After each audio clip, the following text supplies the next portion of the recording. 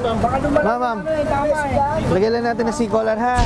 Nakahiga sa ilalim ng Lagusnilad Underpass sa Maynila si Roy Plaza nang saklolohan ng Rescue 5 pasado alas 3 ng madaling araw. Nahulog daw si Plaza sa halos 15 talampakan na taas na underpass. Agad naming tinignan ang kanyang lagay. Ito, masakit? Ito?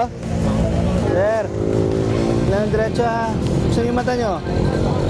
Ayon sa nobya ni Plaza na si Lorena Angeles, nawalan daw ito ng balanse kaya ito nahulog. Marami yung nagtitreat sa kanya doon. Nahulog siya, lasing siya. Maya-maya pa, Ba't mo kayo umiiyak? Mahal ko siya. Diba, uwi na tayo bukas. pero sabi ng kaibigan ng biktima, Kasi nag-uusap kaming dalawa niyan. Pagtakbo niya dito yung lalaki nakatayo lang. Diretso niya tulak. Sino nagtulak? Yung babae.